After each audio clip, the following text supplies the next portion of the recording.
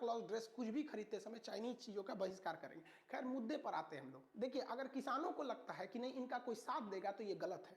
आप इतिहास उठा के पढ़िएगा, पूरा का पूरा हमने इतिहास की किताब में जो लिखा है, अभी जस्ट किसानों के लिए इतिहास की किताब लिखी, इसमें सिंधु सभ्यता से लेकर और आज़ादी के बाद तक की दुनिया की हर जगह कब कब किसानों को दबाया गया, चाहे वो रैयतवाड़ी व्यवस्था हो, चाहे वो महालवाड़ी व्यवस्था हो, चाहे अस्थाई बंदोबस्त हो, कोई भी कानून हो, तीन कठिया पद्धति हो, चाहे नील जमींदारों को हो, जब से किसान रहे हैं इन पर अत्याचार हुआ है। रीजन क्या है कि ज़्यादातर किसान जो हैं वो शिक्षित नहीं है, लेकिन अब किसान शिक्षित हो रहे हैं, ये जरूरी है। देखिए, आपको एक सीधी सी बात बताते हैं, दुनिया में अधिकार कभी मांगने से नहीं मिला है, इसे छीनना पड़ता है। आप किसान लोगों से हम कहते हैं कि आप सरकार के आगे जाइएगा, कुछ नहीं मिलने वाला है आपको, चाहे कोई भी सरकार हो। अगर आपको भारत में अलग अलग राज्यों में अलग अलग सरकार है, चाहे वो पूर्वोत्तर भारत हो, बंगाल हो या साउथ में हो, कहीं पे भी आप किसान कहीं का खुश नहीं है।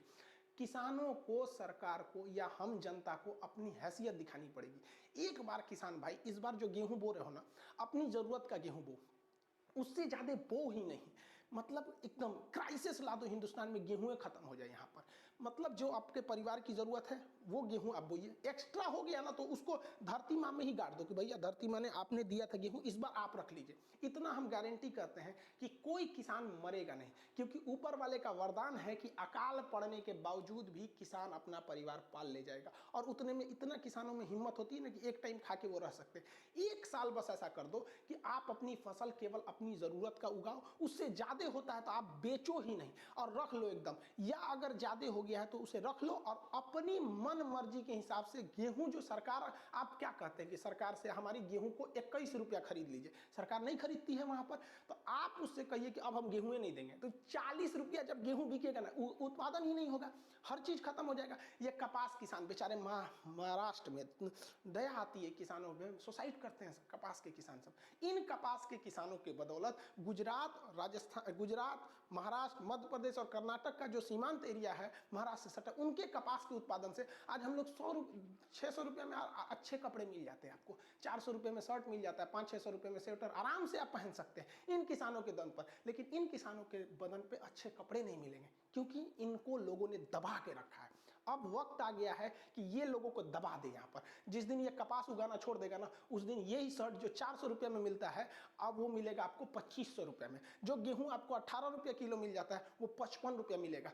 तब महलों में लोगों वालों की खिड़कियों पे तब कटकटाहट होगी कि अब किसान ने अपना रौद्र रूप ले लिया है। वरना ऐसे रहिएगा तो आप दिल्ली के चौखट पे रहिएगा, याद रखिए संसद भवन की दीवारें और ऊंची की जा रही हैं, आपकी आवाज़ अब वहाँ नहीं पहुँच पाएगा।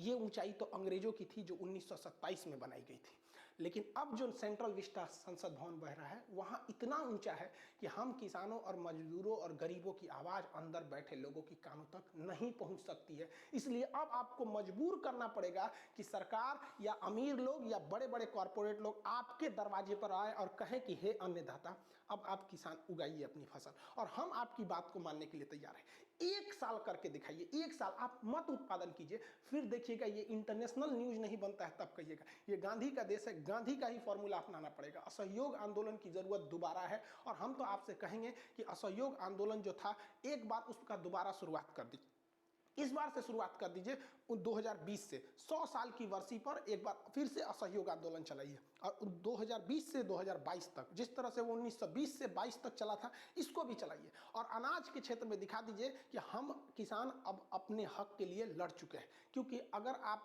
ऐसे हाथ पे हाथ रखे रहेंगे तो अंग्रेजों से लेकर गुलामी से लेकर आज 2020 तक किसान बदहाल है, क्योंकि उसका मिसयूज किया जा रहा है। आप सजग होइए, वरना आपकी फसल को कभी भी उचित मूल्य नहीं दिए जाएंगे। अगर आपको विश्वास नहीं है ना तो आप देखिए, आप खुद से जरा सोचिए कि ये जो कृष्ण भगवान थे